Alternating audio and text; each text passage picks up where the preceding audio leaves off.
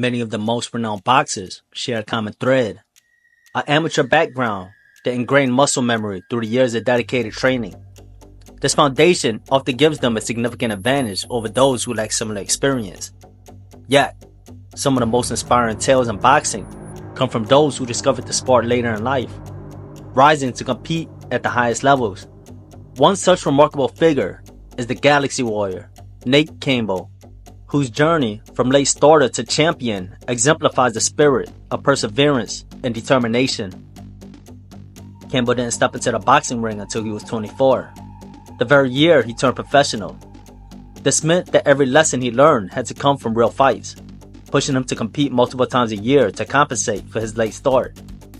As he ascended in the ranks, he evolved into a natural fighter with a penchant for pressing and action. In just 3 short years, he amassed the impressive record of 23 fights, all victories. His first significant challenge came against the Cuban southpaw, Joel Casamayor, who would go on to become a world champion. The bout sparked some controversy. While Casamayor won decisively on the scorecards, HBO commentators believed the fight was much closer, with some even suggesting that Campbell might have edged it. After that, Campbell found himself slipping into obscurity, posting a record of 7 wins and 4 losses in his next 11 bouts. At this stage, he was largely regarded as a journeyman.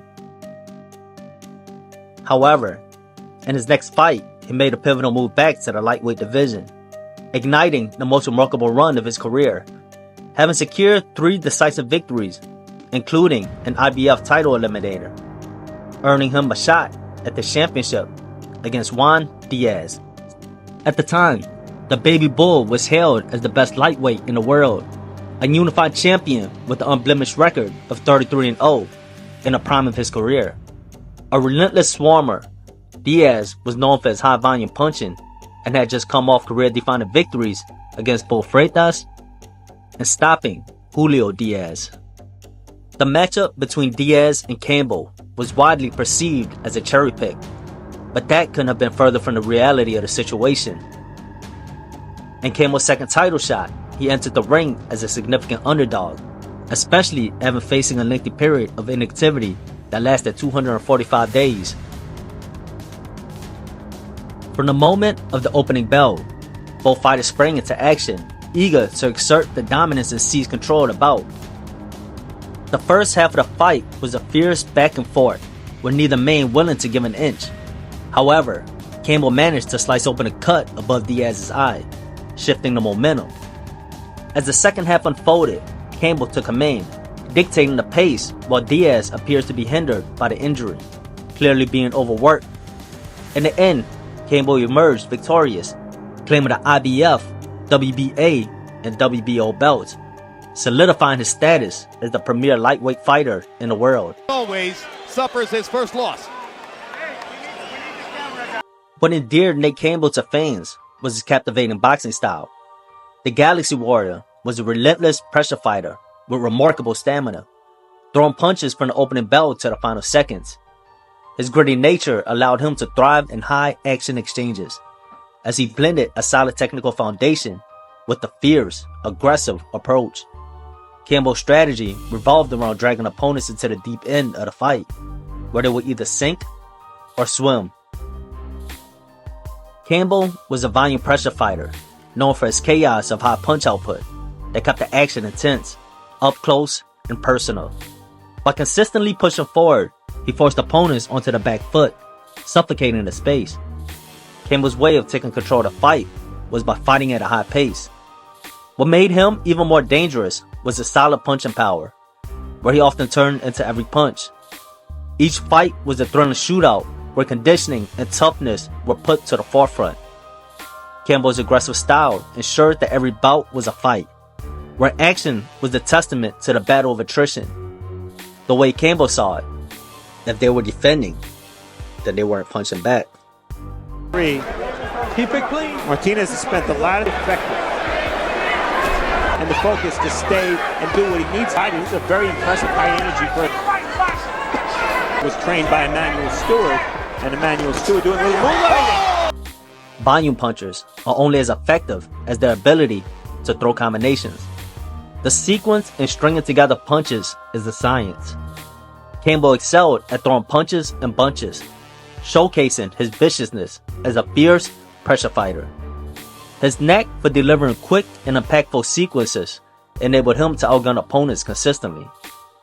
He skillfully mixed his punches, utilizing every weapon in his arsenal, whether going straight down the middle, sneaking under, or circling around the guard, and most importantly, never neglecting the body. Each punch served as a setup for the next, allowing him to set up and load power shots, often bombarding and meticulously breaking down defenses.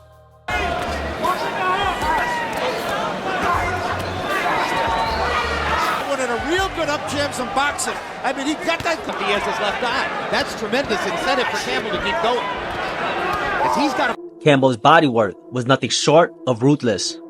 His attacks targeted every area, both high and low, making it nearly impossible for opponents to block every punch unless they were actively defending each one individually. The bodywork was to grind down the fighters. Once he had them focused on protecting the body, he would shift his aim to the head when it began to open up. Few boxers dedicated themselves to bodywork like Campbell did. Inside fighters excel when they incorporate body attacks into the strategy, and Campbell was ferocious in his commitment to breaking his opponents down. This approach was particularly effective as it drained their stamina, slowing them down in the later rounds, all while Campbell maintained in high gear throughout the fight. Which he dropped in 4 fight anyway. No, I wanted to make weight. I wanted to retain my titles. Thought up yesterday when we met with him, an hour and a half before the weigh-in. Bad grandpa, boy. Don't want to mess with this grandpa. Campbell is backing Diaz up. He's like an accordion before our very eyes because of the tremendous effort of Nate Campbell. Many tend to overlook Campbell's defensive skills because as a pressure fighter, he took his fair share of punches during high volume exchanges. However, he was actually a highly intelligent fighter. When observed closely, you can see how he integrated defensive maneuvers between his punches. Unlike most pressure fighters who simply tighten up with the high guard, Campbell was very elusive. He had a knack for subtle movements such as slipping and rolling to take the sting off of punches, ensuring they didn't connect clean. His defense was a significant factor in his ability to stay in a pocket and fire away. The Galaxy Warrior will always hold a special place in the hearts of the fans. He demonstrated that even starting late in the sport, one can still reach championship status. Following his significant victory against Diaz, he unfortunately lost the title on the scales in his very next fight. From that point forward, his career began to decline. His pressure style was increasingly affected by the effects of his age and the wear and tear of competition.